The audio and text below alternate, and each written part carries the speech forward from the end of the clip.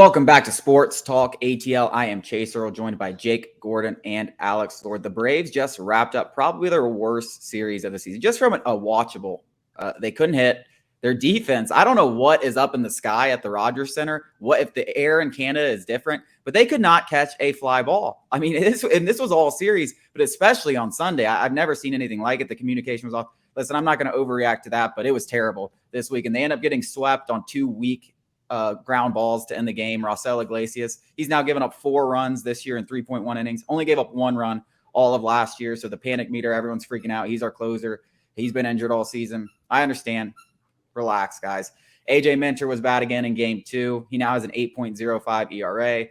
The starters were actually good. Spencer Strider dominant. Bryce Elder. I mean, how many times, every time we come on here every 5th day, it's like, how does this guy keep doing it? I mean, it's no longer just Marlins Nationals. It's been Astros. It's been Padres. It's been good teams that he's going out there and pitching really well against. And yeah, it's not dominant, but he gives you a chance, and he gives you more than a chance. I mean, they should have probably won that game if their bullpen could have hung on. But what are your biggest concerns moving forward? And what are you thinking about these fans? They're just like, this is so overreaction. Chill out. Let's Jake, go ahead and get us started. Yeah, it's May, guys. Settle down. It'll be okay. Yeah, it's a rough stretch. Every team has rough stretch. This team wasn't, above 500 until the year they won the World Series. And saying, "Oh, I'm done with this team." I mean, they're still one of the best records. You're gonna tune in. You're gonna tune in. Yeah, let's just take a second here. Things look bad. There's some areas where the team can improve, obviously. But Austin Riley's been better the past couple days. Michael Harris is hitting a little bit as well. They have some injuries, but it's May. It's May. Baseball, honestly, I love to watch. I love the Braves. It really doesn't matter until like August. Any team can make anything happen in August. We saw the Braves. They had to hawk down the Mets in the last week of the season last year. It'll be okay. They just got to keep playing. Their offense can carry them through a lot of this stretch. I do think they need to pick up starter. These bullpen games, it's not sustainable. You're going to wear out your bullpen before you get to the playoffs, if you make the playoffs, which I think they will. But just calm down, take a breath. It'll be okay. The Blue Jays are a really good team, and they have just wore us out over these past couple of years. I don't know why, but they do. Yeah, I think it's very simple. What the most concerning thing is, it's not the offense, it's not the bullpen. It's the starting rotation, and it's been the best part. The reason why it's the most concerning is because it's the hardest position to fill. We're getting somebody in the bullpen is going to be very easy at the deadline if that's what we need. The offense is always going to come around, but also getting a bat at the deadline shouldn't be that hard. Getting the starting rotation healthy should be the biggest concern for the Braves. Just like you said, we can't – every 5th game, we cannot have a bullpen game. These guys are going to be – noodle arms by the All-Star break. The offense will come around. Every hitter goes through slumps. And the way that Ronald Acuna is playing right now, I mean, he carried us through 21 before the injury, and he's certainly doing something now, and he's getting a lot more help than in 21. So, and there's, like I said, the starting rotation has been very good, even with the injuries. But that is by far the most concerning thing for me long-term because of how hard it would be to add, a frontline starter or even the back of the rotation starter. It's going to be costly, and they're not exactly abundant.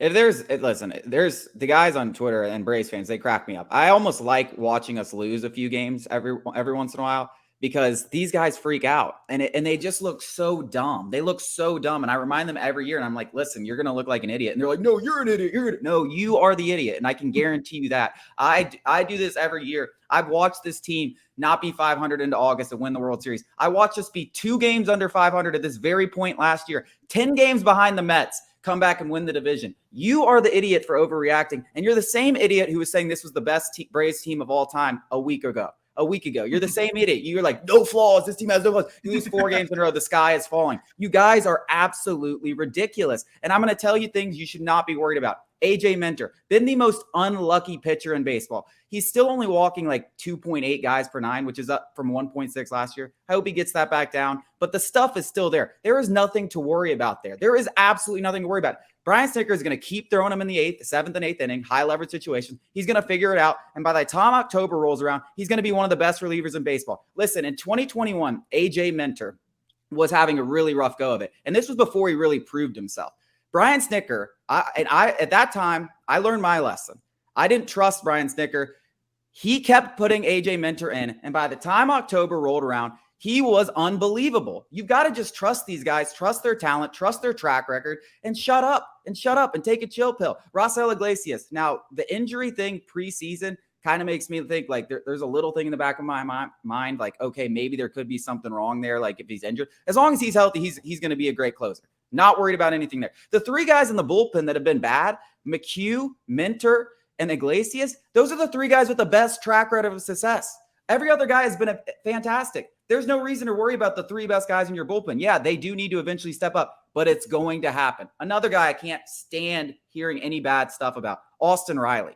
Guys, this guy has started off poor in April and May for the last 2 years. I don't think he's had a OPS to this point in the season over 800 for the last 3 seasons. You know where he finished the last 2 seasons? Top 7 in the NL MVP. When the weather gets hot, Austin Riley gets hot, and that's what's going to happen. He's had 3 hits over the last 2 games. I don't need to hear, oh, man, the guy needs to be batting 7. Guys, it's not like the guys in the back of the lineup are, like, crushing the ball. Outside of Albies, who's really only crushing lefties, like Rosario, been terrible. Would you want Ozuna batting 4th? I'm the only guy that wants that. And Michael Harris hasn't been hitting either. Third best hitter. And Michael Harris hasn't been hitting either. Like, so who's going to come up and just be the guy in the 3rd spot? Now, if you want to put Murphy 3rd and Riley 4th, whatever. I don't think it really matters. At the end of the day, he's going to be in the middle of your lineup.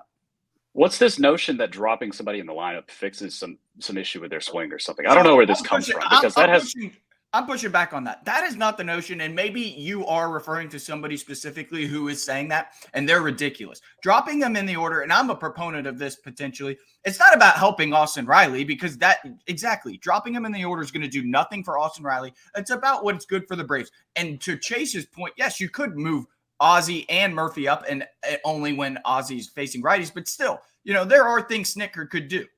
So go ahead. Yeah, I mean, I think dropping him isn't one the craziest spot thing. doesn't matter. Switching him one spot doesn't matter. If you want to put him 4th, I don't care. But the point is, it's not going to change anything over the long term. It's not. It's just not. To me, Austin Riley's your 3-hole hitter. But if he wants to hit him 4th and Murphy 3rd, listen. Riley's been a 10 times better offensive player than Murphy for his entire career. Just because he got off to this hot start, and that's all Braves fan know, doesn't mean we should all of a sudden be like, oh, he's our 3-hole hitter. And Ozzie Albies is the streakiest hitter of all time. He could hit 200 for the next 2 months. Like, it just, you stick with Riley in the middle of the lineup, and you're going to be just fine, guys. Stick with Riley. Have we learned nothing? There's no need to make these sweeping changes. Yes, but this is Braves Twitter, and if we lose 4 games in a row, they are the smartest people on the planet, and they know everything that's going to fix this team. But it's funny. Yeah, we're going to keep going with Braves talk after the break. A ton more to talk about, a ton more overreactions to get into.